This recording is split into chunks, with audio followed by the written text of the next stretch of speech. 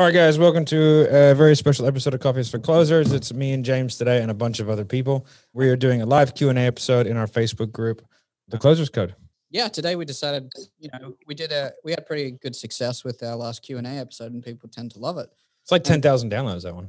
So. And we're both busy guys, so I figured the easiest way to do that is just do it live because we do Q&A on a weekly basis anyway and give everyone else the opportunity to be involved. So... All right, guys, let's just get straight into it. Cue the intro. Yeah. Oh, you sons of...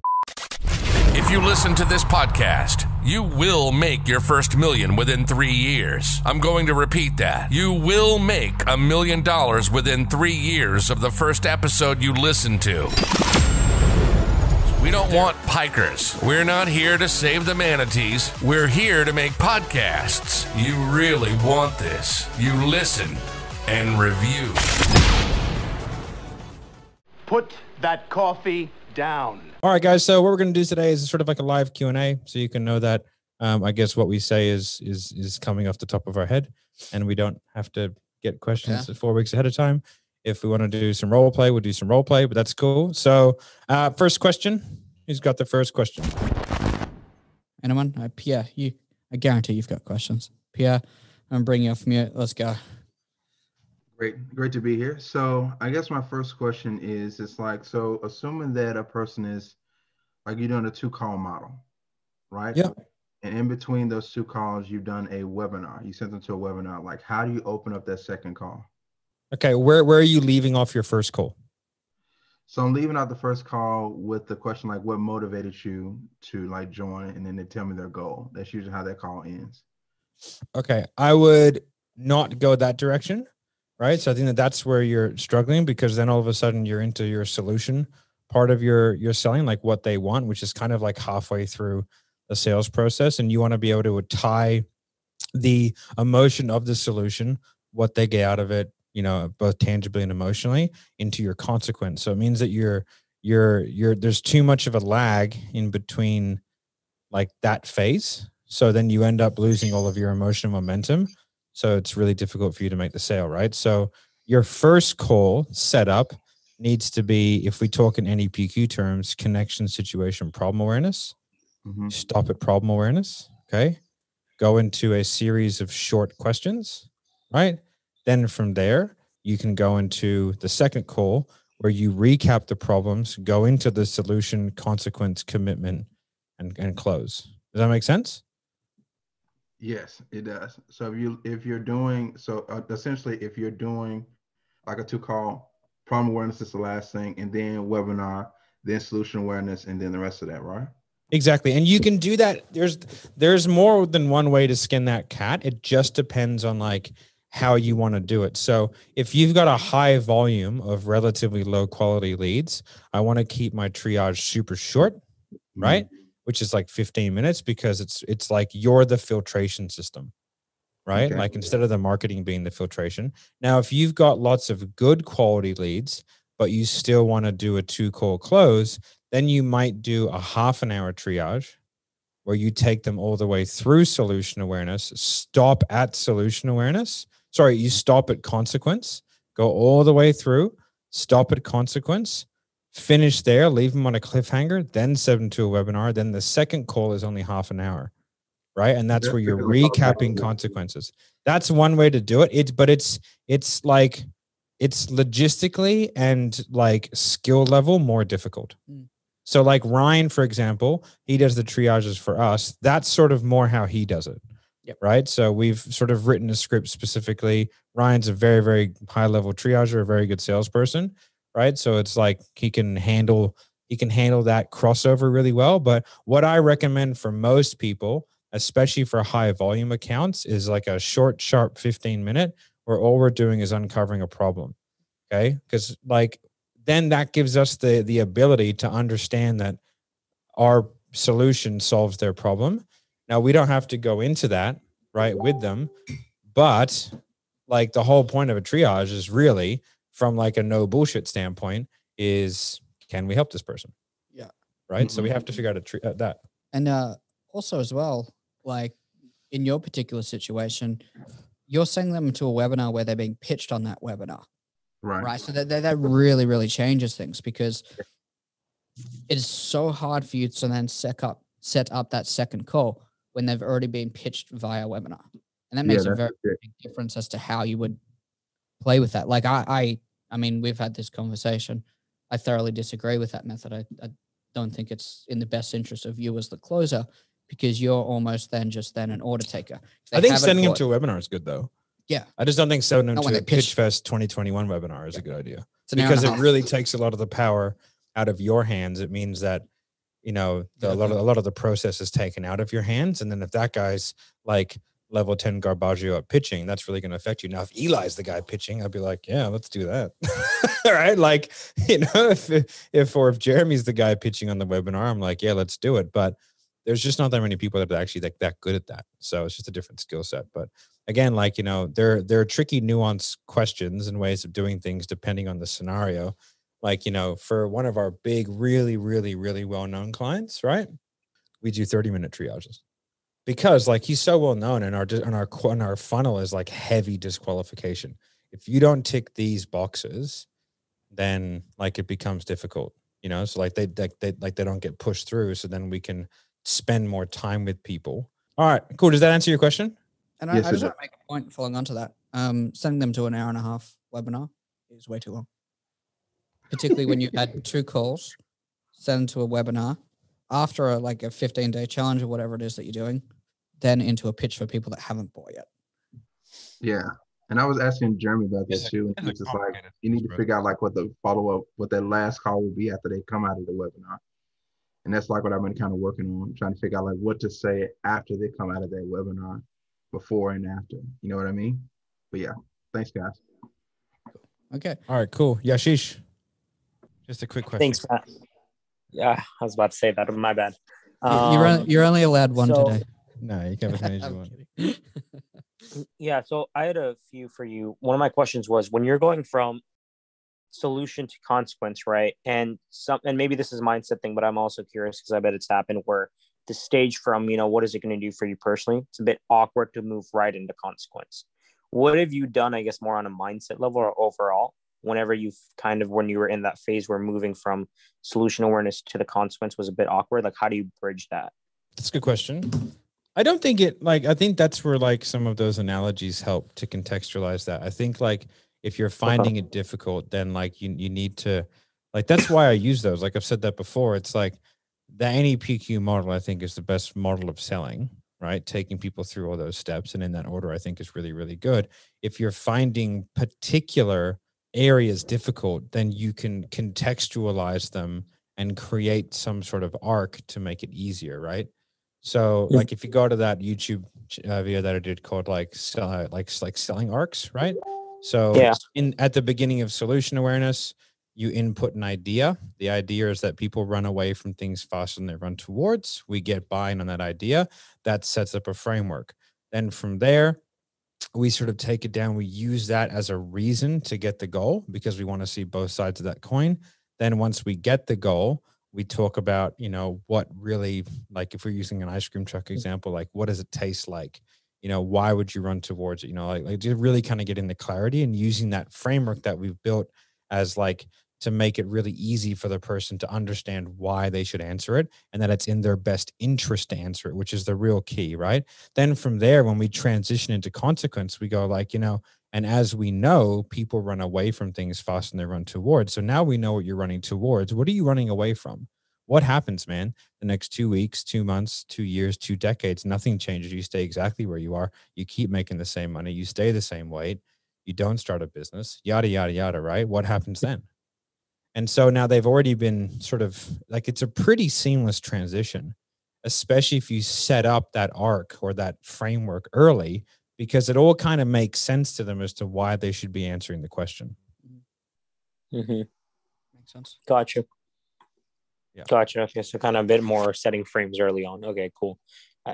That makes sense. Yeah. And then my other question for you was, when you're selling a program, right? Let's say there's a 6 month and year long, and they're both the same. Like there's absolutely no difference besides time and price. How do you decide whether to put the 6 month or year long? And I know this is dependent on the prospect, but what are your qualifications that help you decide whether the year long or 6 months are better for them? Well, I mean, it's a pretty tough question to ask because like you'd have to do prospect to prospect, but generally speaking, I'll always try and sell the most expensive thing, right? Like as a general rule. So if my goal is to sell, now, first of all, they should not be identical. That is stupid, right? Yeah. There should be something that entices people. Otherwise, everyone buys the 6 months and then just like upsells themselves at like 3 or 4 months into it. It just doesn't make any sense to buy it, right? Like you're like, well, I'll just do the 6 month. Like unless there's a huge price difference, in which case then like people kind of feel like they're getting slighted on the 6 month, right? Because it's like, Yeah. so I don't see a lot of benefit to doing it that way. And so I would recommend changing that. But if, you know, again, as sales guys, sometimes we don't always have the power of like to be able to do that. So what I would do is I would like really frame a lot of it around commitment, right? And it's like, no, you're making a 12-month commitment. Like, and so using one of those Grant Cardone methods where it's like, you know, the guy's like, oh, $2,000 a month. He's like, you're not making a $2,000 a month decision. You're making a 3-year decision. You're making a $36,000 decision. I don't want you making $2,000 decisions, right? Big boy decisions, big boy results, right? You want to make a big boy decision. You want to get a big boy result. It's 12 months. That's what you're doing. Right. And so it's like, also, it really depends on their goals. Like when we had the gyms, we sold to goal a lot of the time. Like I did a big thing on, so if someone came in, they were 150 pounds overweight. I'm not selling them a 4-week transformation. Like, what are we going to do with the other 135 pounds? Yeah. Like, this is stupid. We get a lot of people come in 100 pounds overweight saying, I want to lose 20 pounds. It's like, okay. And what does losing 20 pounds get you? 1/10 of the way to your goal. Like there's not enough meat on that bone, so to pardon the pun on that one, in terms of making that a real pain point for them, because 20 points is a drop in the ocean for what they really want and what's going to give them the happiness, the confidence, et cetera, et cetera. Yeah. If you know their goal is going to take them 12 months, sell them 12 months, right? Exactly. And then like, listen, you can drop to 6 months. The thing is like, you can't drop from 6 to 12. So you're always better off. Like it's easier to roll a rock downhill than what it is push it uphill. Right. So like if that person's got the income or like the 12 months is a good fit for them, then like you can always just drop sell into the 6. It's why we push paid in fulls. If you push the paid in full and that's what you go for, you'll get a pretty decent amount of paid in fulls. Right. But if your go-to is it's $2,500 a month, like that's all you'll ever sell and you'll never even get a paid in full because you haven't asked for it. Also, once you pitch it that way, you've got nowhere to go. So how many sales in all time have you actually taken? 10,000? I don't know. Let's just say 10,000. Yeah. How many times has someone said, can I pay in full? Is there an option just to pay all at once? Yeah, maybe like 5. Exactly. So yeah. How are you ever going to get a paid in full if you don't ask for it? Yeah, exactly. And like, it's just one of those things like, it's like collecting cash. Like a lot of sales guys don't collect that much cash until they get a cash collection bonus and then magically they collect cash. Right. And it becomes the new normal. Like one of the things that I try and input is like, if you guys do monthly billing, why don't we try quarterly? You know what I mean? So then it's like, you know, especially if you're doing like business stuff, like if you're selling to an agency owner or whatever, it's like, no, we just bill quarterly. So then you're taking the first 3 months up front. Like that makes a lot of sense. It's also a very easy transition to make into collecting more cash. Hey, it's $2,500 a month. We do quarterly billing. It's this much, stuff like that, right? So you can pitch a paid in full and then you can drop to like a 2-pay and then you can drop to like quarterly billing. All right. So quarterly just makes a lot of sense, especially for a lot of the stuff that you guys are selling. Maybe not for some of like the biz op stuff, but you know, there's a lot of like learning how to collect more cash and having that as a priority on your guys' brains. Like you'll be able to command more commissions.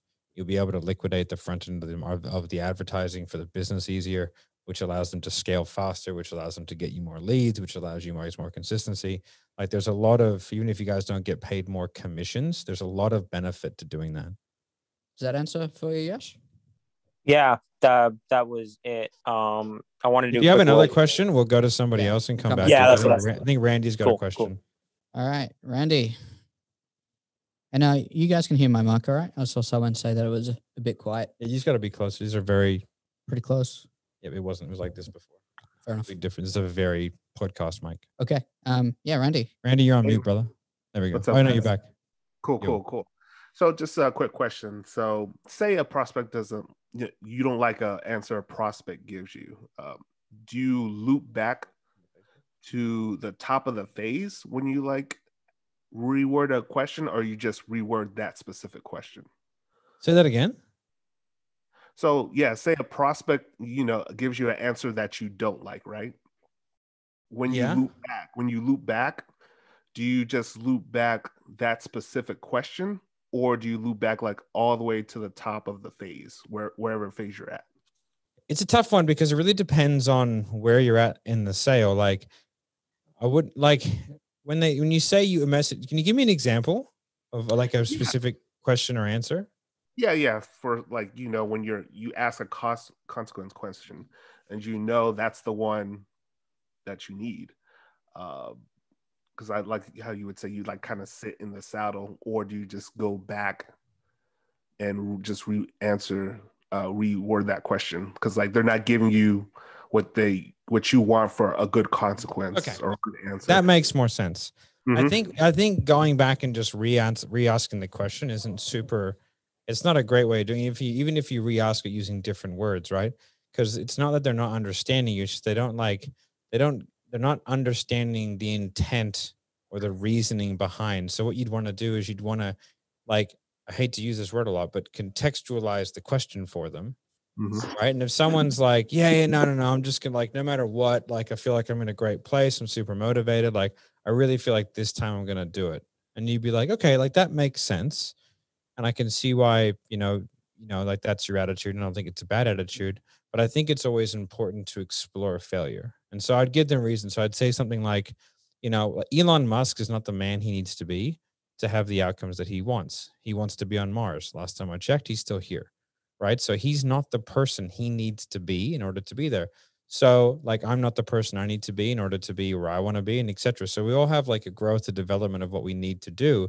But one of the things that really helps us push that forward faster is understanding the genuine real life day-to-day consequences of failing. Right. Elon Musk is not running towards more money. He's running away from the devastation, destruction of the human race.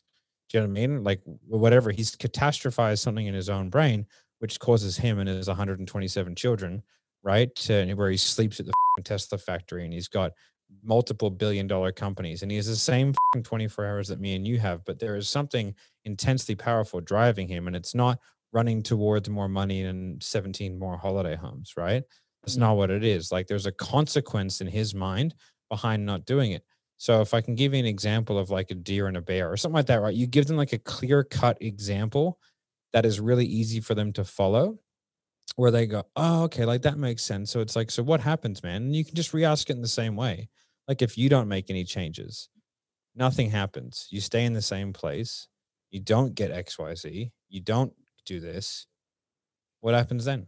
I'd love to see Elon Musk as like a really cool James Bond villain or something. Yeah.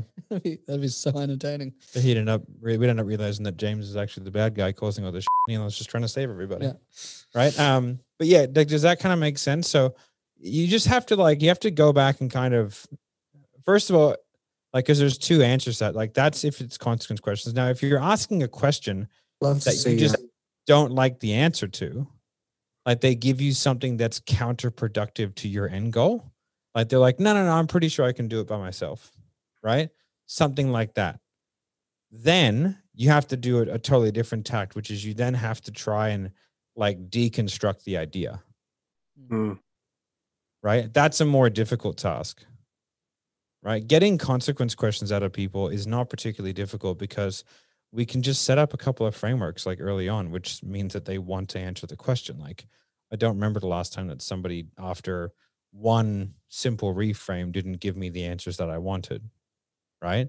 So like, it's not particularly difficult. It is more difficult when people during the top end of the sales process give you things that are going to be super problematic later.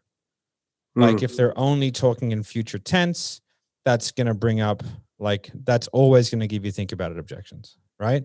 If there's someone who has like tried a bunch of stuff in the past and it's all failed, that's going to be a significant objection for you. So you have to like deconstruct those ideas relatively quickly, or you know that you already have a plan for it. right? So you got to be able to identify that and then be like, all right, I need to tear this apart. If someone's like, yeah, I tried a bit of this and this and this in the past, and the coaching was all shit, and they didn't give me what I needed. I'm someone that once I get told what to do, I just go for it. It's like, all right, mate, I've heard that 47,000 times. Like, you're a person to coach, right? Like, so I need to deconstruct. There's a few things in that I need to be really wary of, and I really need to like get them to say like that rationale, just so I can see the rationale behind why you might be looking to XYZ. What's the main reason for wanting to do such and such now rather than doing it the way you've been doing it, getting a different job? Like, those questions are designed to deconstruct their current model of doing things, right? So that's a very important part of anything, is to ask that question, because they need to tell us that the current track that they're on is not going to get them the outcome that they want. And then we need to get detail on that. So whenever we get an idea that helps us, we need to ask for detail to solidify it. Okay. And then if we get an idea that's counter to what we want, we can either go into detail to deconstruct it or completely ignore it and deal with it later. Yeah. Good question, right? And just welcome to all the new guys that have popped on. We are filming a episode of Coffee is for Closers live here as we answer Q&A. So if you want to be involved, just pop your questions in that chat there. Ryan will look at them and notify me. But we'll circle back just because the next one there, Pierre. But we'll try and only give guys ideally one question each, so everyone gets a turn. But I really like your question there, and I think it'd be super beneficial to a lot of people. So Pierre, if you want to come off mute, you said, I've learned a lot about the sales sniper culture, but is there a way to create a highly effective culture environment for yourself as a closer? Right. And I think this is really, really simple. Yeah. So our culture is based off two things: one, standards, and values, right? For the guys that have heard, we have our scope practice. If anyone can recite that, then awesome. Talis definitely can. All of our guys definitely can. And our standards are really just a manifestation of what those values uphold, right?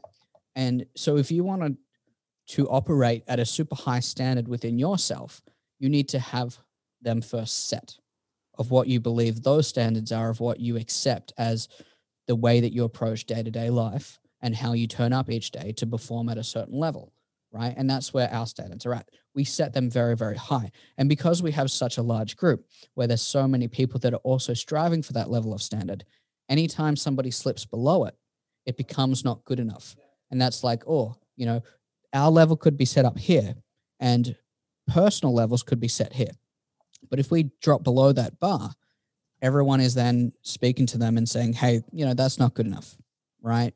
You need to be up here if you want to be in this business, because they all are all tied back to those values. So what you can do is and it's really simple. You just spend some time with yourself, figure out what you want your values to be, and those values need to be determined of the best version of yourself, how you turn up every day in order, as Matt said, to be the person that Elon Musk needs to be in 10 years to save the world from an alien invasion or whatever he thinks is going to happen.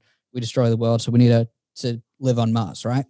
Now, he will have a set level of values that determine the way that he lives and the way that he goes about business so that he can get to that level. And those values are individually determined and they dictate the standards. Because if you're not acting on the best, taking the best action of those specific values, then you're not reaching your internal standards. And when you don't reach your internal standards, you get down on yourself. You're not happy. And it pisses you off and makes you get hungry and want to work for it harder. So it's really, really simple. You just figure out what you value, where you want to be, and the person that you want to be in 10 years, what values they live by, and what standards do they have every single day. And then each day you move forward, you take another step in that path to getting closer to being that person. And then if every day you're getting 1% better, you're taking a step in the right direction, you've then increased your standards from here to here to here to here. So that's how you do it on an internal level. We just happen to do that on a company level. All right. Did that make sense? Did that answer your question? Or that makes perfect sense. you have anything, Dad? So it's almost like reverse engineering. So it's almost like reverse, like with your company culture, reverse engineering what is, and figure out what needs to happen in the culture itself to make that work. Yeah. Also, the hard part is like culture flows downhill. So if you don't have like a strong leader, like I don't want to toot my own horn, I'm a particularly strong leader. Arguable. Yeah. Right. So like I have a pretty big personality, very straightforward, carry a lot of authority in what I say and do. And so people get behind that, right? Like it's different. Like you look at Grant Cardone, like, although I might not agree with like the internal culture of that, but like it is a very strong culture and the guys love it. You know, it's not the way I do things, but it's fucking super strong. Like, you know, people essentially want to be led. Like that's for the most part. And some people really don't. I really don't want to be led. I hate it. Right. Which is, you know, why I've been fired from every job I've ever had. So, you know, but it's just like that is also like a significant component. Now, if you're not able to get that from on high, then you can create that within a department, which is why you can have some departments within companies that have a tremendously strong leadership internally. So you can create that. You just have to be very intentional. Like we have a business analyst who works within our company who owns equity in Sales Sniper. And he sort of is like our check and balance. He's a very successful guy.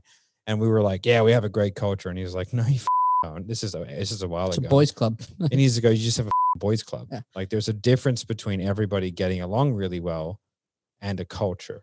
And so then we made a significant shift away from the boys club and towards the culture. Now, as we get bigger, that becomes, we had a 2-hour meeting yesterday, literally on this subject of where I need to re-inject myself in certain parts of the business because there's a dilution that happens the bigger you get. And especially when you grow as fast as we have, that's a very difficult thing to maintain, but it is what got us to where we are today, to where we're sitting here in a room that probably cost $150,000, right? Like, you know what I mean? So like we have to maintain those levels within, you know, and then be able to create people like Marco and Thales and Will and all these guys who are key players within the business. They have to be like a beacon of that culture flowing downward. Right. Yep. So if like the management, I mean, this doesn't relate to your personal question. If our management team doesn't display those same level of values and standards, then nobody working under them will, and then it becomes okay to operate at a lower level. Like basically, if I see Marco doing something that I don't consider good enough, I'm essentially allowing everybody else that looks up to him permission to act in the same way, and we can't have that. Otherwise, that's when standards become lower. Yeah. Also a big believer in transparency as well. Like I don't hide anything from the guys. You know what I mean? Like I'll tell them stuff, like for it's cash flow issues or whatever, I'll give them an explanation, because one of the most frustrating things when I was like a soldier was not understanding or not having the context of why decisions are being made, because like I make strategic decisions, Thales is making tactical decisions, right? You know, so there's a difference because like, or Marco, right?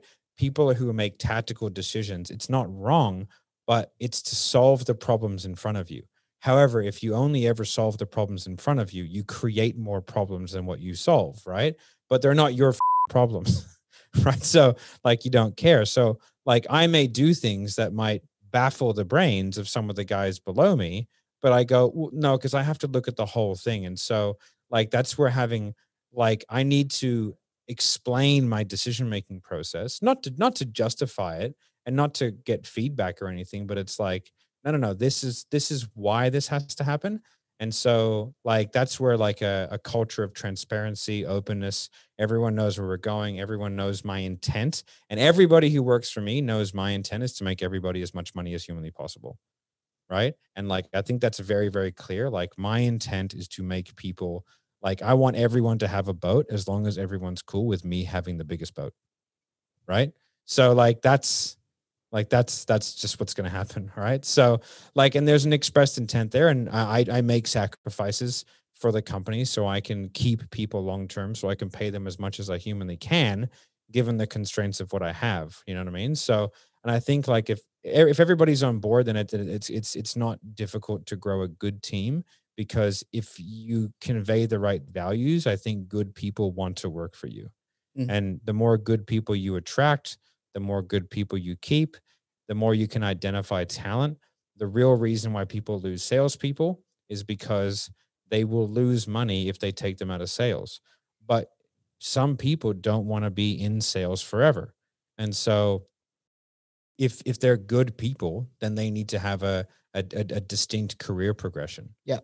Right. And so if you don't identify that because you're a selfish business owner who values the bottom line of your company more than the fulfillment of your staff, you're never going to keep people for more than a year or two. Like Ryan McCormick over there is a very ambitious and intelligent young man. If I just tell him, hey, for the next 10 years, you're going to be on the phones, his head will explode. Like, and he might not even know that right now, but I know that. Yeah. Right. So I go, okay, I've identified this. I need to have a plan. I need to keep in touch. I need to make sure that we have a progression of career to where someone can go through the necessary steps, because I got over it. I got over being on the phones every day. And that's not a good or a bad thing. It's just a thing. Right. And a couple of businesses lost me as their closer when I was like by a country mile, their best producer, because like they just wanted to keep me doing the same thing because I was so good at it. And I was like, this is getting super boring, guys. Like, I would like to have a bit more responsibility here. And they were like, no. And I was like, all right, I'm out. See you later. And here we are. Right. There's a lot of money left on that table, right? Dude lost a lot of money. Anyway. All right. DJ, are you there, mate? And you can cut this out in editing, by the way. Jep and I have video. It might be better. You get to be on YouTube. You'll be a superstar. Yeah. If not, I'm sitting in my car right now and it's dark. Our tens of viewers would appreciate it. Yeah. No, don't worry about it. That's all good. So you asked a question. I won't ask it for you like I did to Pierre. Sorry. Sure. You had a question around reframing someone around one-on-one when you do group coaching and solution awareness. If you want to re-ask that, go for it. And it's a question for Yeah, this came up for me the other day during the solution awareness phase. The guy I was talking to said he really wanted one-to-one coaching, that he valued that. And I know that the company that I sell for, we don't do any one-to-one. Everything is group coaching. So I was wondering the best way to reframe that into, just to be able to handle that situation. Yeah. So are you closing or is this setting? Just so I know. That was a closing call for sure. Sweet. So my opinion is to just totally ignore it until the pitch. That's what I do, right?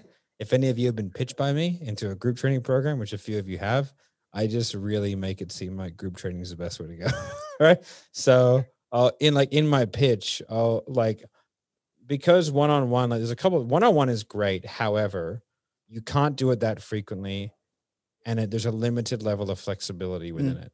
So like a lot of programs have like group coaching plus some sort of means to connect with people, whether it's either Facebook, Voxer, whatever it may be, right? And so in my pitch, I will structure, like if I'm pitching, let's say, for example, I'm selling Brian into a sales coaching program, right?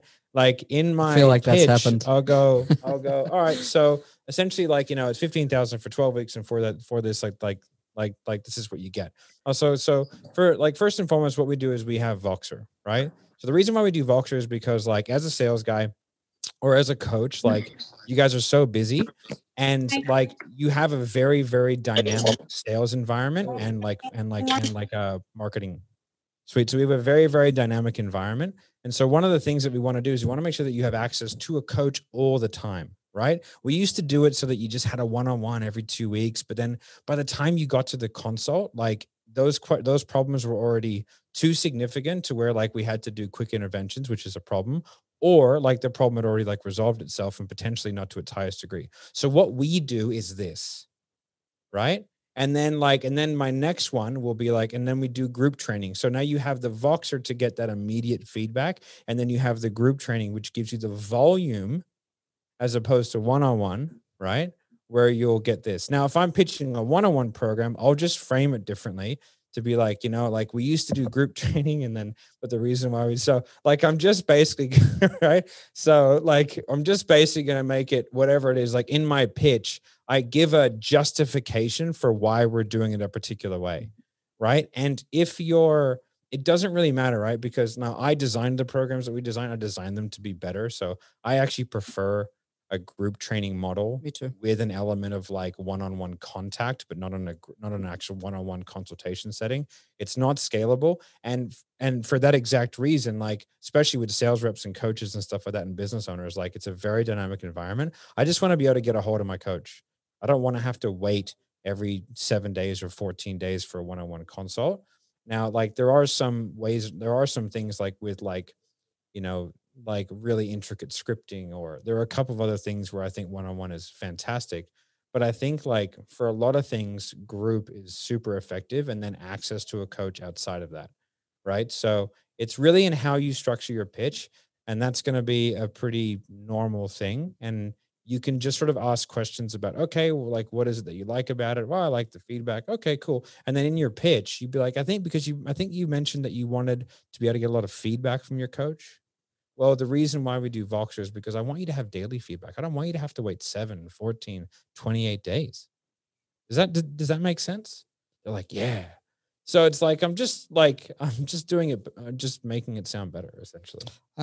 There's another like good thing that you can do there if they still do on that one-on-one is do exactly what Matt did and follow up. End of story.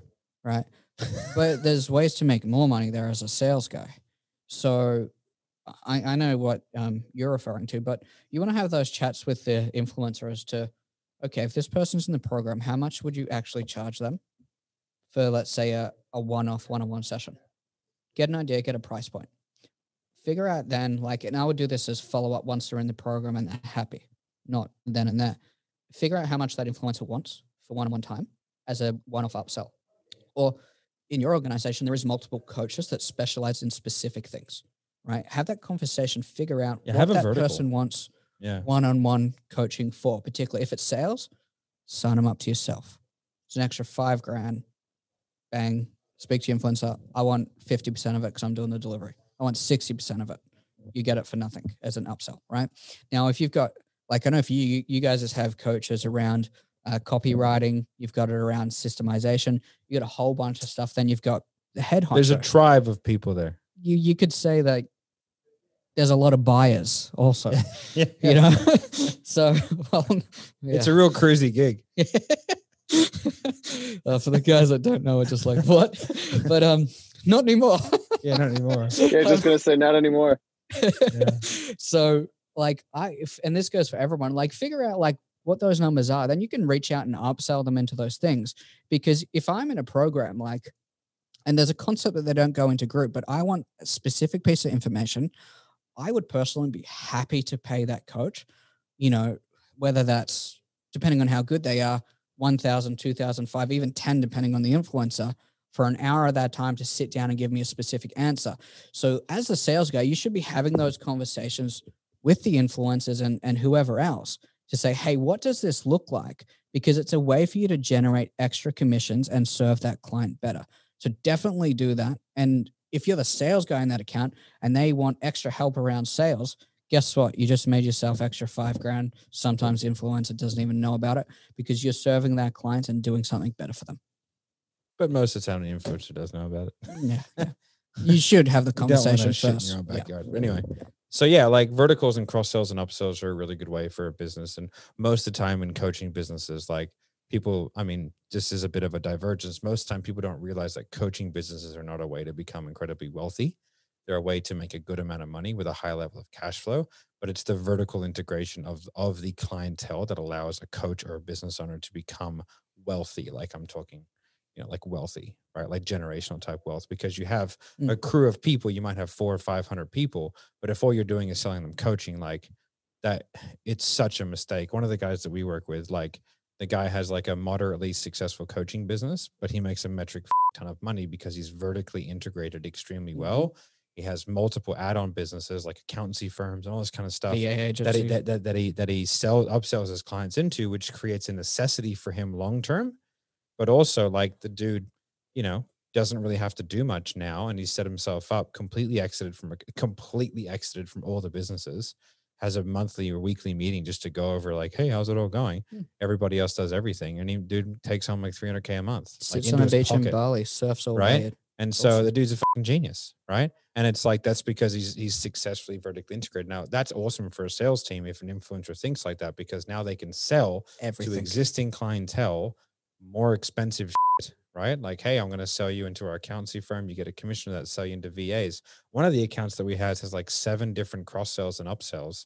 Like, it's a playground. You know, if the guys come to me, I got no leads, I'd be like, well, what about like the 300 people that you've already sold and the 7 other things you can sell them? Just start finding problems and solving them. Yeah, like one of the things that we're looking at doing is bringing out VAs specifically for Sales salespeople, VAs, yeah. like to track their data, to help them with follow-ups, right? Like that's a great vertical for us, because we can put that for all the sales guys that come to us for help and education, right? It's just one of those things. Like it's good when you can work with businesses like that. All right, Yeah. let's move on to the next question. Shane, Shane. you asked some stuff about NEPQ scripting for non-NEPQ, like basically how you integrate that, right? Yeah. What's up, boys? Yeah. So as far as that goes, like I'm pretty new. I just jumped in Inner Circle 2 days ago. So I'll let Marco kind of run me through. Good investment, by the way. Yeah, I believe it. So yeah, so like I'm starting to get a little flack from the manager, right? I think I just dove straight into NEPQ after. You can't do that. So yeah, I know. When you I join found that out. IC, yeah, when you join IC, you should have been sent a video from me of how to actually integrate it properly. But I'll sort of take you through it. So, is it a 1 call or a 2 call? Attempted 1. Okay. So 1 with a follow-up if needed, right? How much is it? 9,800. That's a rough gig. Yeah. Yeah. Okay. Cool. So, what's the worst part about your sales? Getting people over their mindset, to be honest. Okay, cool. So what we want to do is we want to have a look. First of all, what I'd highly recommend is, like, do you track everything in your sales? Yeah.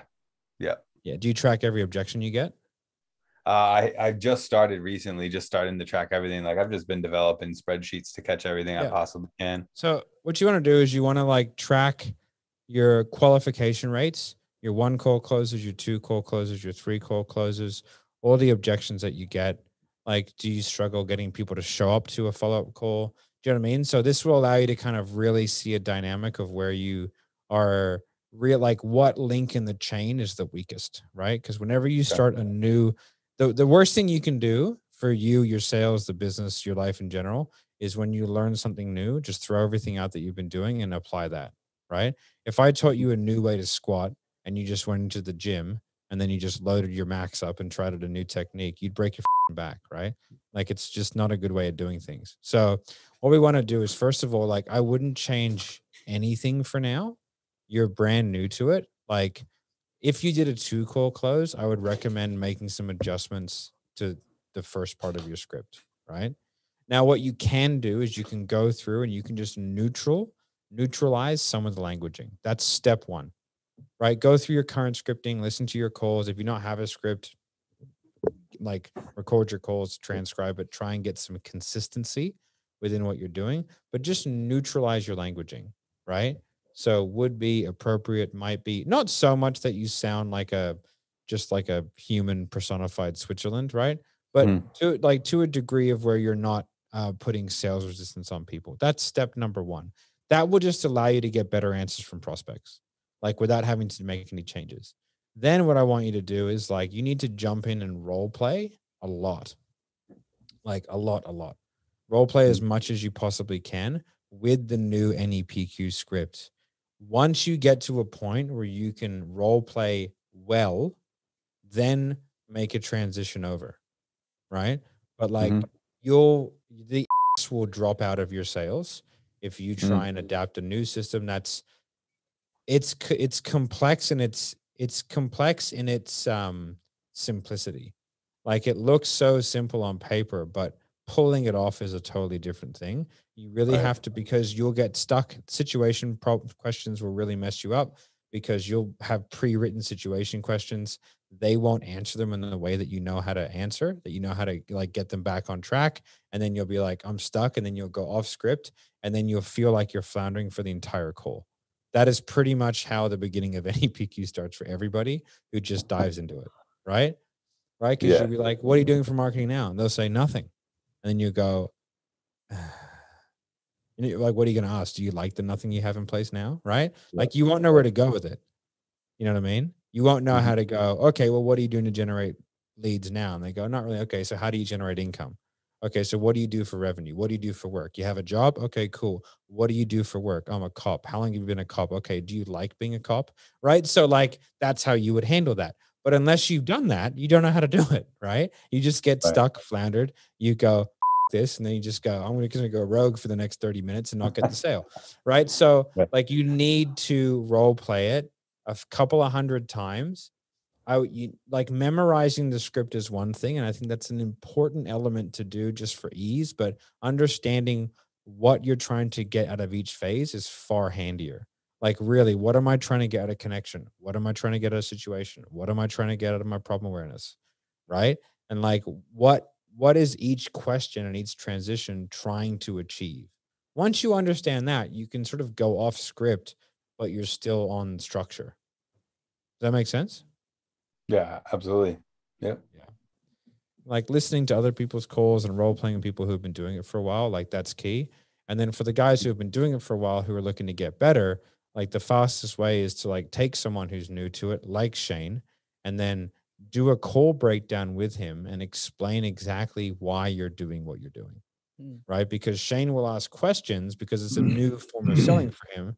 Why'd you ask that? Why'd you say that? And he might ask you questions like, and don't take this the wrong way, but like, it's like when you, like a toddler asks you a question, you're like, where the did that come from? You know what I mean? They ask like the most random because they don't have an understanding of what it is. Sometimes you're so close to something that you're sort of missing the fundamentals. You know what I mean?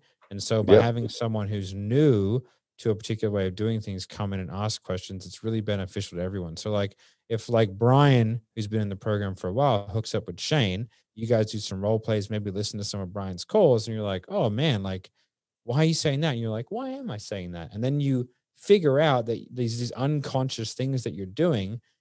The moment you get really good at sales is when all the unconscious things that you do that do something good, you weaponize them because they all become intentional. And you know exactly what you're doing at all stages. You know what you're going to get from a prospect, where it's going, and you're 10 minutes ahead. And this person thinks you're having a conversation, but really like the outcome is done.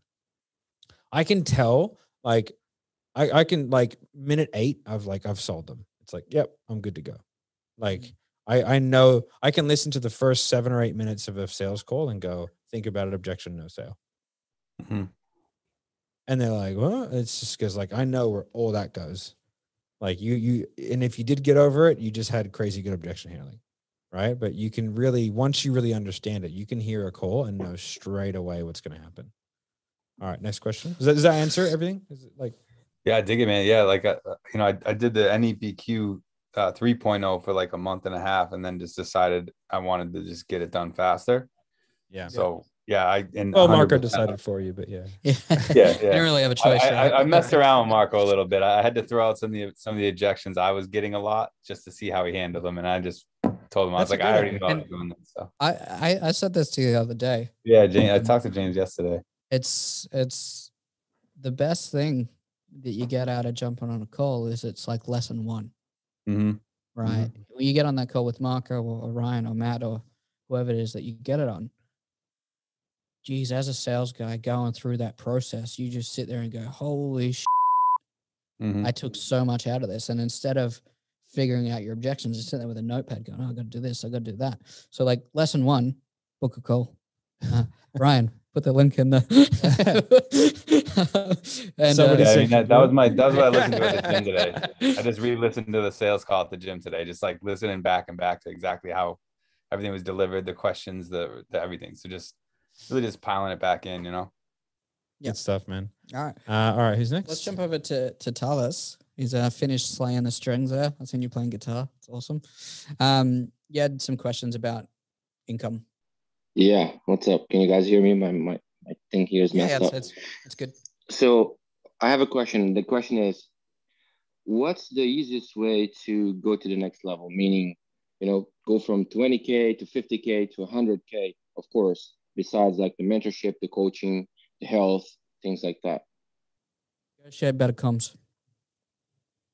No, that's for sure not the best way. To be honest, It is a way. yeah. Okay, It's give me a really raise. not Give me a because raise. It then. is. That's a good time to That was ask a for raise. joke, by the way. Yeah, no, it's more of a like for there's a couple ways. Like more opportunity is obviously a good thing. It's not really your problem, to be honest. Like you have a lot of opportunity. There's a couple things. So first of all, understanding your sales process intimately and really knowing like what you're good at and what you're not good at is key. The thing that got me from 25K a month to like a consistent 80 when I was just doing the commission only sales thing was like I just fixed all the weak links. That's Yep. it. Lowest hanging fruit. Yeah, like that was it. Like my commission structure actually went down in between. I was making 2,000 a sale and they changed it. So I was making 1,500 a sale, but my income went from 25 to about 80. I hit 100 a couple times, but by the time I was doing that, we kind of transitioned out and I stopped selling, but I hit 100,000 a few times in a month. But it was just like, I gave myself the most amount of opportunity to get people on a sales call, and my sales call had an over 80% close rate. So like high close rate is key. You have to be able to close people like on that second call. If you're doing a 2 call or whatever, like you need to be pumping well over 50%, like well over, right? And then it's about fixing all the weak links. The first thing for me was getting people to a sales call from my first call. That was a massive weak point of mine, right? So like I worked really, really, really hard to just fix that triage. And like I honed in and it was like fix. Then I got it to a point where I was like 80% of people were showing up. Now, could I have done more than that? Yes, but there's a cost benefit. There's like that sort of law of diminishing return. Am I going to get much more than 80? No. So is there a point in trying to fix that? Probably not, right? That's a very good metric. If I'm getting 80% of people through to a sales call and I'm closing 80% of them, people who turn up, that's like very good. And I don't want to hurt it. So now it's like, okay, now how do I produce more opportunity for myself? Right. So now I'm going to look at the marketing and I'm going to be like, how many people show up to my triage? Now, what can I do as a sales guy? How can I assist the marketing team in getting more people to show up? We had a 50% show up rate to triage. I work with the setter team, right? This was me. I was like, I'm going to book in training with the setter team myself as a top sales guy. I'm just going to call them, book them in, work with them one-on-one, do what I need to do, work with the messaging, the business to increase that because I've done it for myself, so I can help them do it. Then I get myself to like a 70% show up rate on triage. Now all of a sudden I've got another 30%, right, worth of volume where my diary is already booked out. Okay. Now I maximize my diary space. That doesn't mean opening your diary. That's ridiculous, right? Like for you in particular, Tyler, it's like one of the things that I identified really quick. They go, oh no, like we're running out of room. And I'm just like, no, that can't be because of the amount of people. If everyone did 12 triages a day, we have enough room for 96 triages a week. No, sorry, 96 triages a day. I was like, right, we're booking 75 a day for that account. So I was like, what the is going on? Anyway, I see that everyone's got all their diary open for triage and sales calls, which means like we have a 15-minute and a 60-minute. So if there's triage, 45 minutes free triage, then we can't book sales calls in there. And if a sales call does get booked, it blocks up spots. So we go, okay, let's readjust our diaries. Let's have specific blocks. So now we know that everyone's maximizing their diary space. So it's like there's an administrative element to being able to handle the amount of calls that get you to a point where you can take enough calls to make 50, 60, $100,000 a month in commissions, right? So that's also a key point. Then from there, there's, I guess, like a risk management of, do I do this with one account or do I do it with two? Right? Now you'll probably make less if you do two, but you'll have more consistency. So there's a wavering thing there, right? But that's just more of a decision. And the last thing is having a very, very thick pipeline. Like, so I'm more inclined to put what everybody else would consider an unqualified prospect through to a sales call, right? Not precious about my diary. I'm a little bit more precious these days. Okay. But when I was full-time sales guy, right, I was not precious at all. Like if I think I can sell you in 3 months, I will talk to you tomorrow. right? So I'll put you through. My partner's not gonna be on call. I don't give a fuck. I don't have any money right now. That's perfect because all I have to do is sell you on the idea. If I sell you on the idea, I can get your money in 3 months, right? And so I had such thick pipelines that I constantly had 2 to 3 sales per week selling from people I'd spoken to over the last 3 to 6 months, right? And then every now and then you have like a promo that you can send out from a business owner where you have this giant culmination. And I think like, there was 1 month where I just sold the living bejesus out of everything, had my pipelines culminate, and I just made all the sales. Yeah. You know what I mean? Like, it's really important. Like, people are so precious with their diaries. It is aggravating to me, right? As salespeople, the amount of like broke ass salespeople that I see going like, oh, if their partners are on the call, just end the call short. You're like, really? What are you going to do? Go off and watch Netflix? Like, Jesus Christ. Like what are you doing? Right? Like, you're a sales guy. That's literally your job.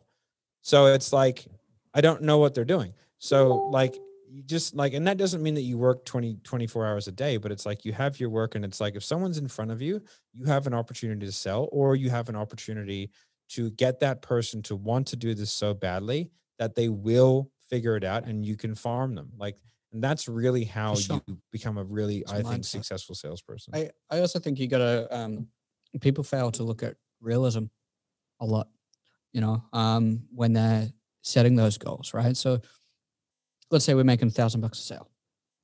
You close at 50%, right? You need to make 100 sales a month to hit that goal of doing 100K in comms. Okay. Do you physically have the space to take that many calls?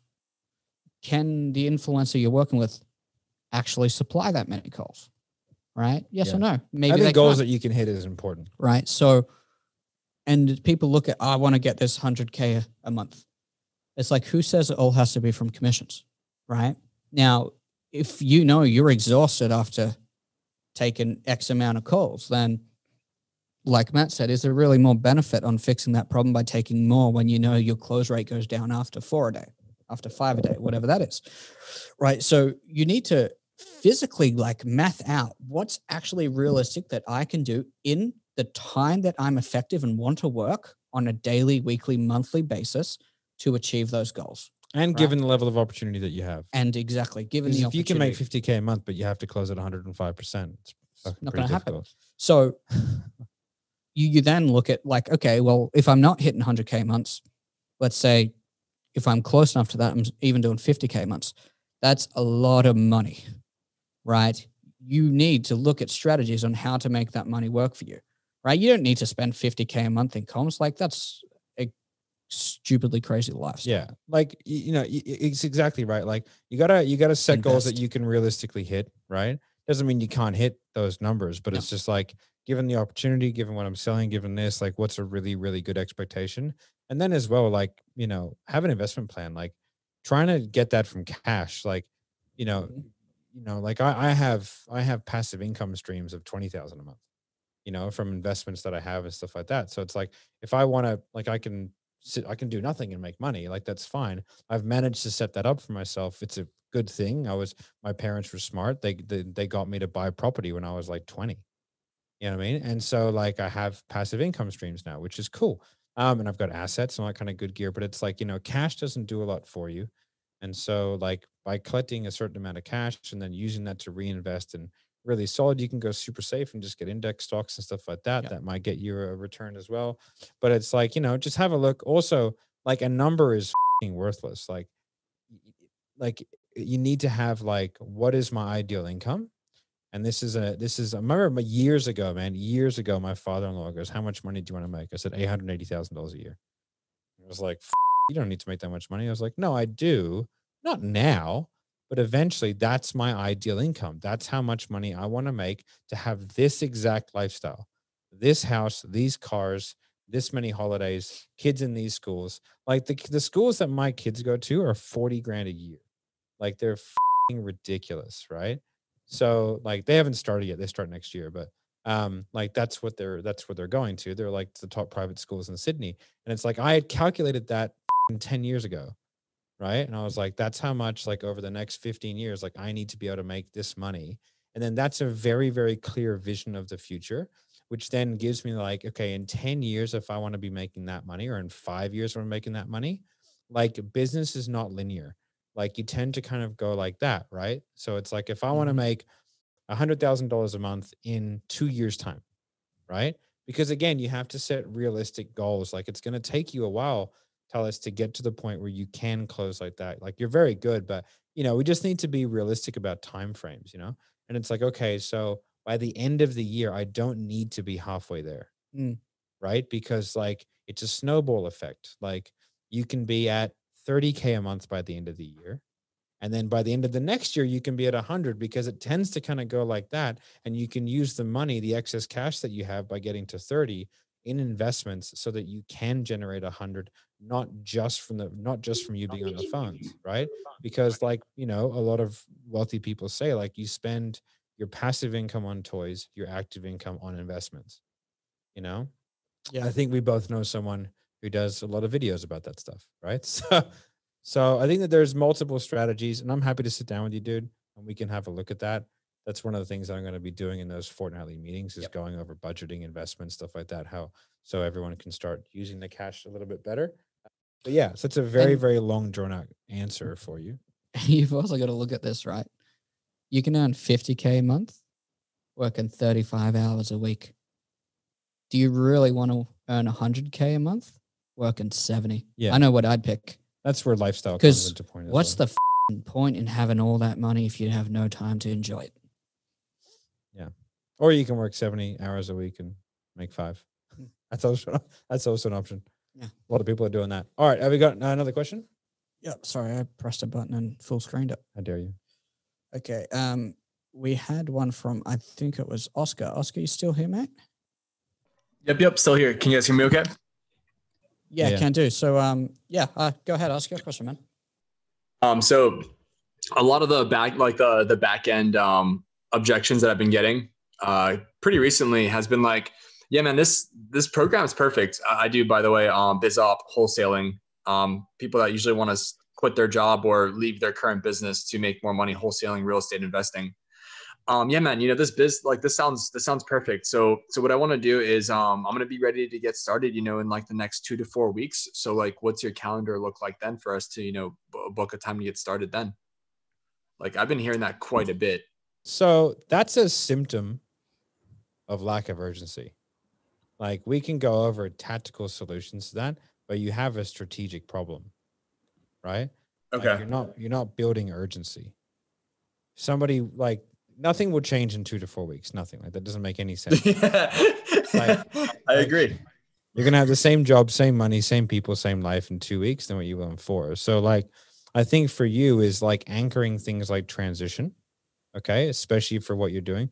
BizOp is, when you're selling BizOp, like, anchoring transition is key, right? Because then you make their objections a productive part of the process. Okay. So, hey, you're exactly where you should be.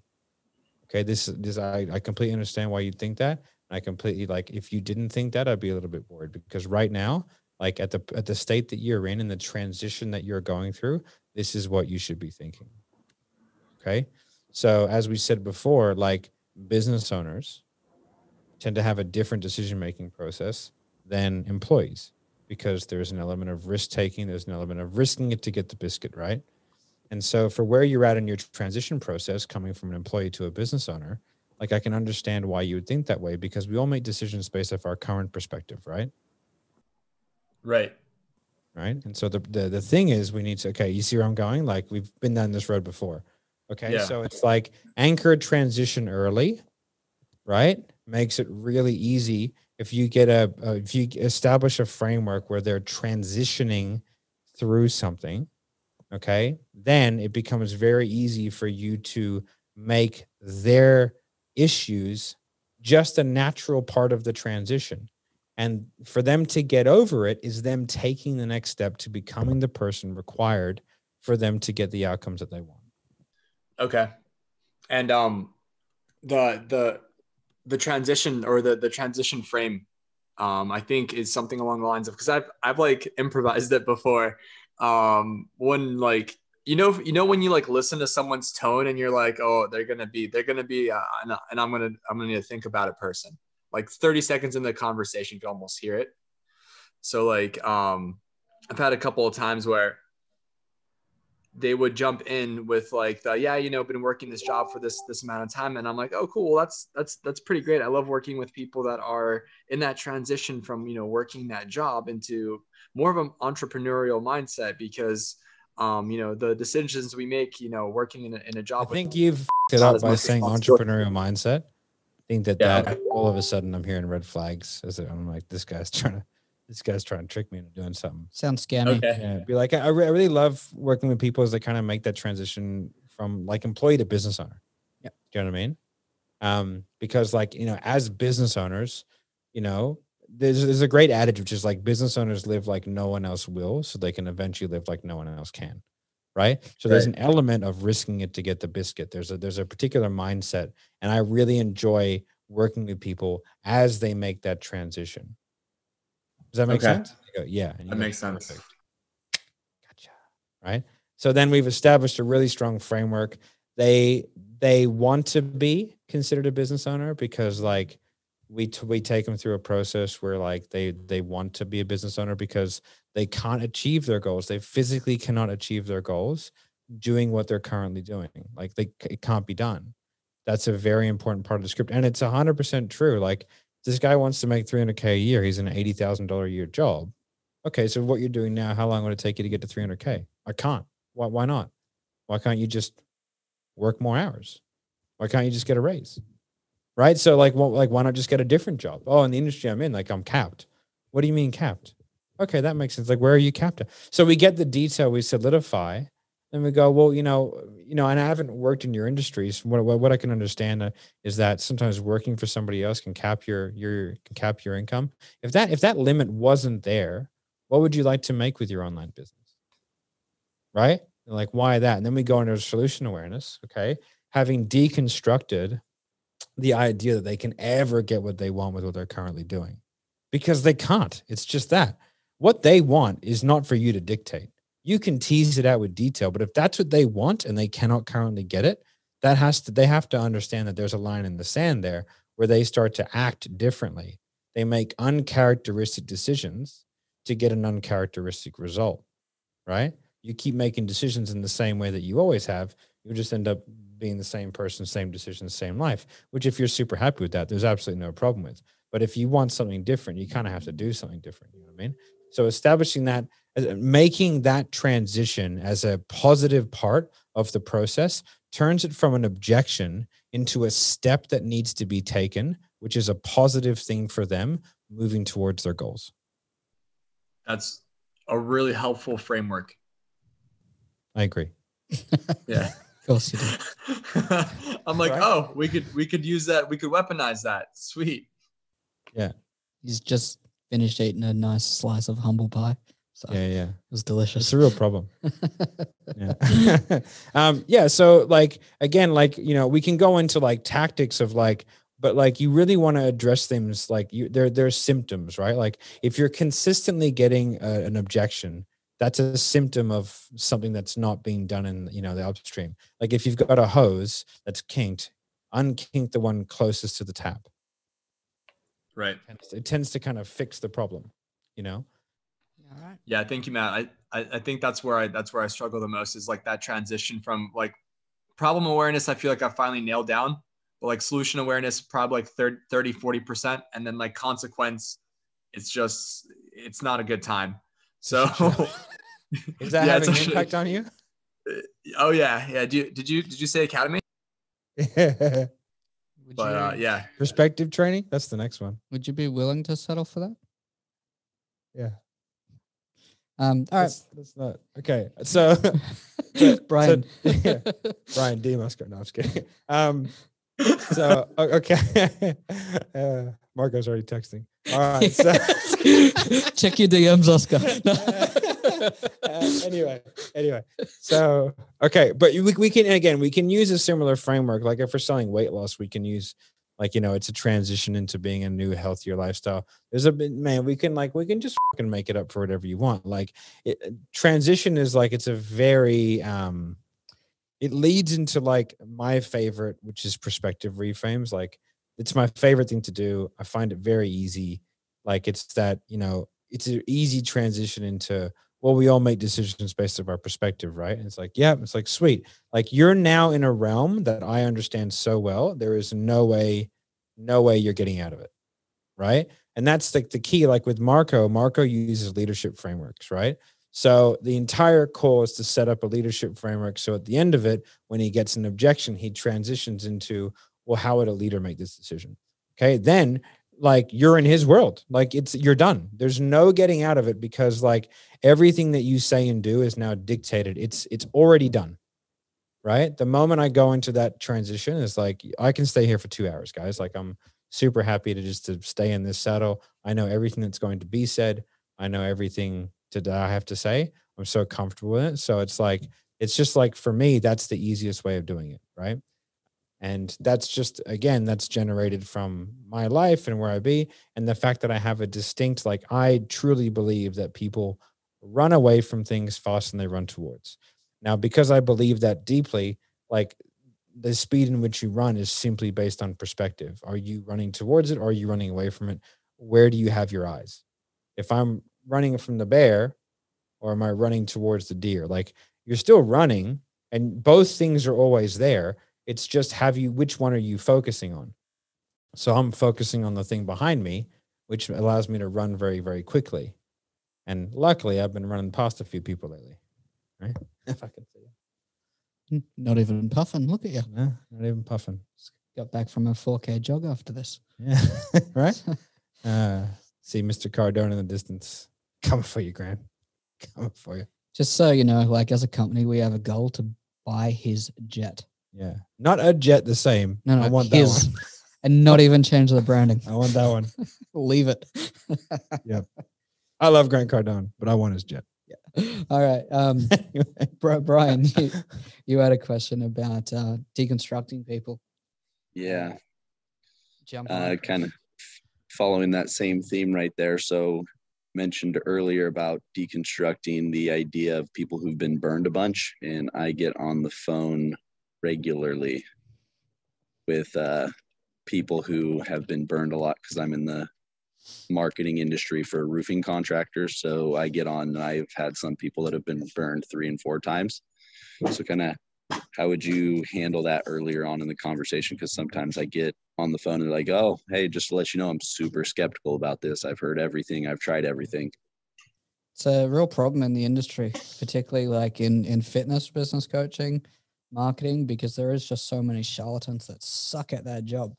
Because you come through these courses where it's like, oh, we'll sign you up to this course. We're going to teach you how to coach, be a coach for coaches and coach coaches, right? I coach coaches that coach coaches that coach coaches who coach coaches marketing. Yeah, but I coach them, right? Yeah. And there's just such a dilution of information there, and you get really good ads. And sometimes it's not directly proportional to your skill set to get people leads, right? So I understand where that comes from. And I think you really have to sympathize with the person and the position that they've been in. But I mean, Matt will probably answer this better, but you really, really get into deep as to what they liked about the previous programs, what they didn't like, and then take all of the positives that they gave you from the things that they liked and build that into your program to emphasize the things that you do well, that they had, that were happy with in the past, and the things that they didn't like really work away and solve that problem. So like what you do is a solution to the things that they didn't like. So they're more happy to even have the conversation and go into detail and give you the things that you need to get into a position where you can find the pain points, et cetera, et cetera. But you do a better job at explaining that from a technical level than me. Yeah. But I also what somewhat I'd wanna disagree hear. with you. Oh, I'm sure you do. So I agree with part of the premise. that needs to be done on the pitch. It's hard to pre-work that, Mhm. right? So you've got to set up the framework of, like, are you married? Yeah. Did you have a girlfriend before that? Sweet. Well, just because you had a girlfriend that didn't work out doesn't mean you didn't get married, right? So like you've got to use something like that to be like, we can have that conversation, but if you're constantly making decisions based off your previous experiences, then you're never going to move forward. So we need to dump that whole decision-making process needs to go away. Right? Like, so you need to address that pretty much straight away and like do it relatively casually. And then when you get to your solution awareness questions where you're like, you know, I know that you've done some stuff, but like, what have you done previously in order to help this? And then from there, you can kind of deconstruct what they did and then go, okay, don't shit mouth it, right? Never. At all. But then you can go, okay, so just to make sure that what we would actually work for you, what are you looking for? What's your ideal criteria? Okay. And then, so now we're really listening to them. We've gotten rid of the idea early that like, hey man, like we can go into that, but like, you don't have a bad relationship and then stop looking for love. Right. So like, although I understand where you're coming from, like, you know, I can't help you with that. I can't stop that past from happening. But I think that we know that if we're constantly making decisions based off all of our previous experiences, do you know what I mean? Like negative ones, then you'd never go back to a restaurant because you had a bad waiter. You'd never, you know, go back to an ocean because you saw someone drown, whatever, right? Like we all have so many bad experiences with a lot of different things that like, you know, it's the mistakes that we make in the past is the tuition that we pay to make the correct decision today. Just going to ask you about that. I was going to say you have an analogy. Yeah. So that's usually how I do it. Marco deals with it in a very similar way. If you want to run through that. Yeah. So it really depends where I am in the call. Okay. And actually I had this objection in an account that we're going to have is like kind of B2B. It was 2 days ago. If you get it on the start, okay. So if when you kind of see, there you go into the analogy frame, which is like, well, I mean, I can understand, but let me put it in this way: like, how many girlfriends did you have prior to have your wife? 5. Well, let's look into this together. What if you would have stopped at the second one? Would you have your kids? Don't go into ask them the question because that makes them laugh, and that laugh is like, okay, I'm silly. Okay, so it make them feel like, man, it's silly. Now that's the first part. Let's say they get at the end and they kind of trying to bite you in the ass. There you're going to make them understand that failure is normal. So most of the times you will hear me saying to people like, I'm not sure if you're gonna succeed in this, okay, but it doesn't really matter. The only thing that matters is like, if today you feel like this one is the best things that you can do for get you better, just do it. After, if you fail, move until you make it succeed. But that doesn't depend on me. It depends on you, or how relentless are you to keep moving forward rather than just like, oh, I fell, job, that's it. I'm going to be stuck for the rest of my life. Yeah, that's why a lot of the frames that I use in objection handling, I never, as soon as I do the pitch, I don't ever have to talk about them doing the program ever again. It's what actions need to be taken to put yourself in the best position to be able to achieve the outcome. Like we can never, ever guarantee an outcome, because you can sign up today and then you get hit by a bus tomorrow.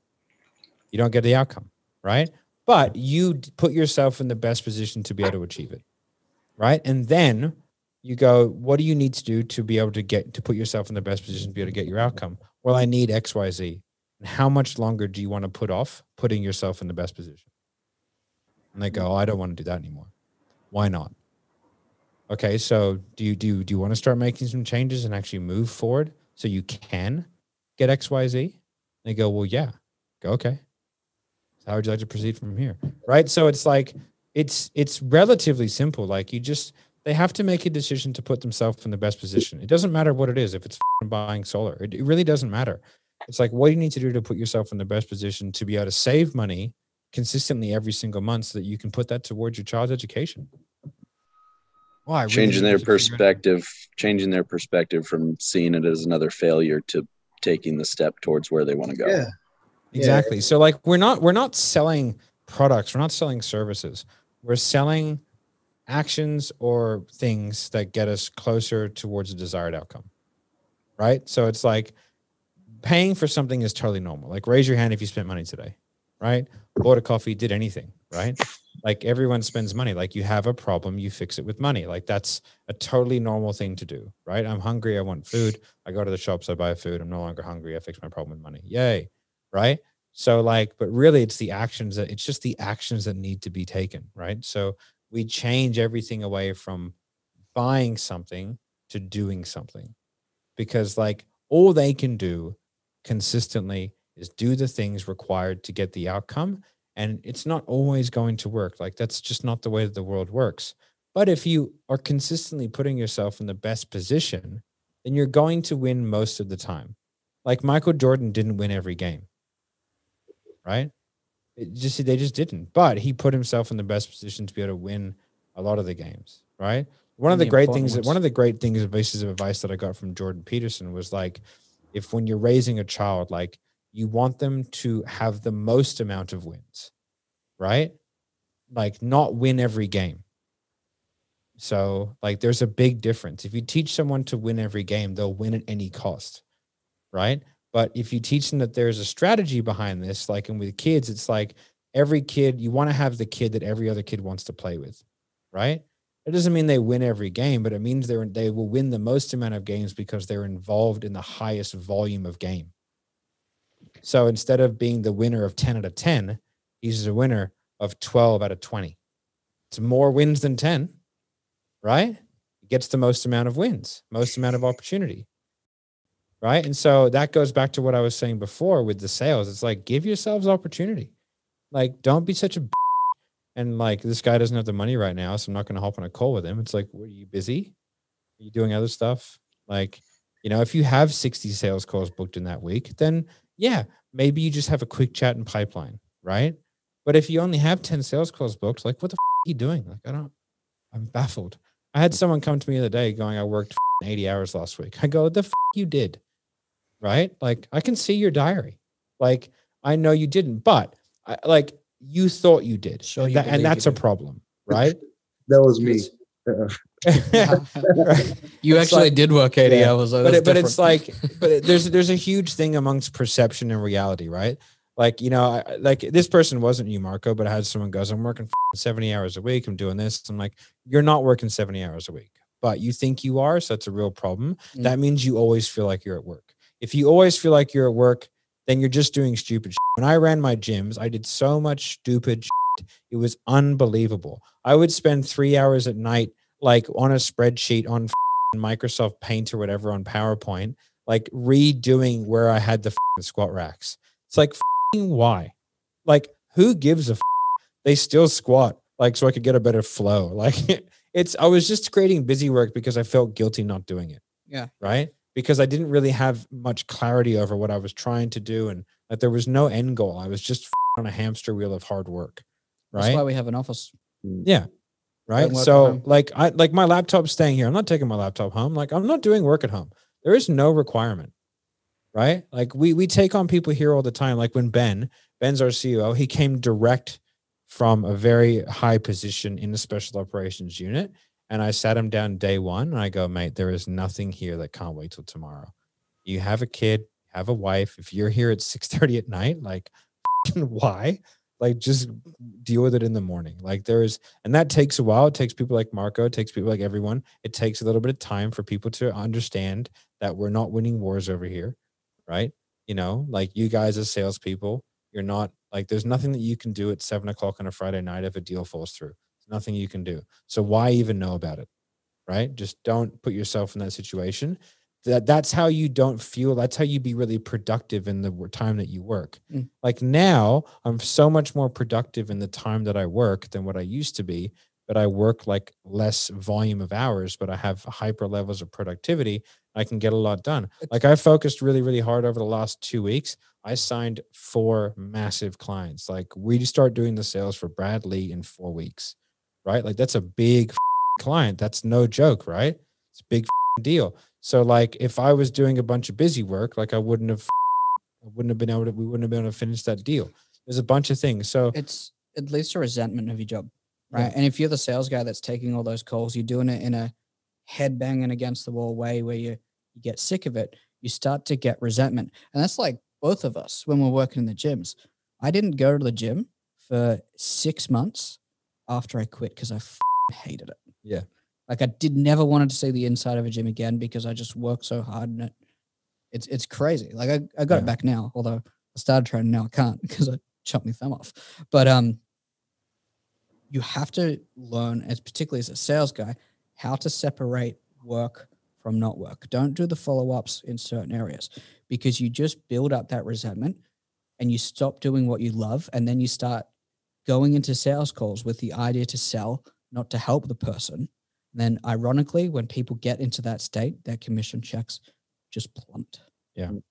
So I'm all about hard work and doing everything, but like you do have to have some level of separation, and that will allow you to kind of be more productive and make more money and be a better sales guy. Because like, you know, also you should never get upset if somebody doesn't buy. It's not anything to be upset over.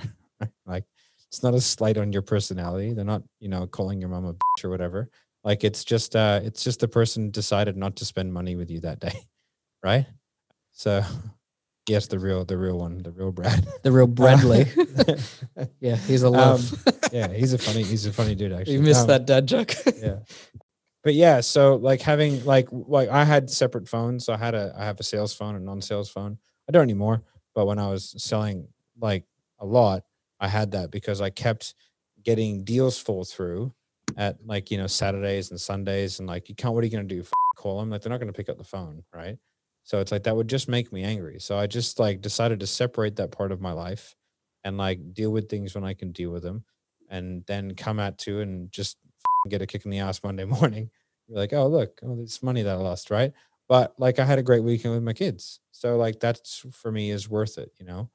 But in saying that, like I did all my follow-up, I did all my referrals, made the money, made the sales, did the development, but did it within the time frame that was reasonable, and gave myself an opportunity to have a personal life and not work 90 hours a week. Because you can work 40 hours a week, but feel like you're working 80 because you're doing a lot of stupid on the side. It's like you have to have those delineated times set aside for follow-up, referrals, sales calls, triages, like development, all that stuff. You need to be segmented out and do that kind of shit. We can stay on, but we should probably finish up the podcast portion there. Yeah.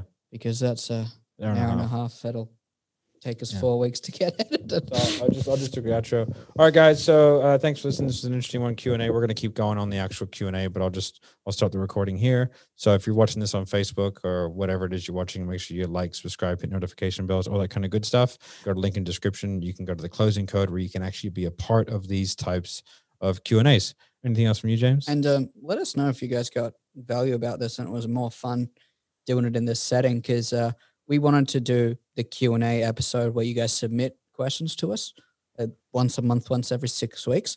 But if it's easier like this and it looks cooler and it's far more interactive, we're going to get better questions, better answers.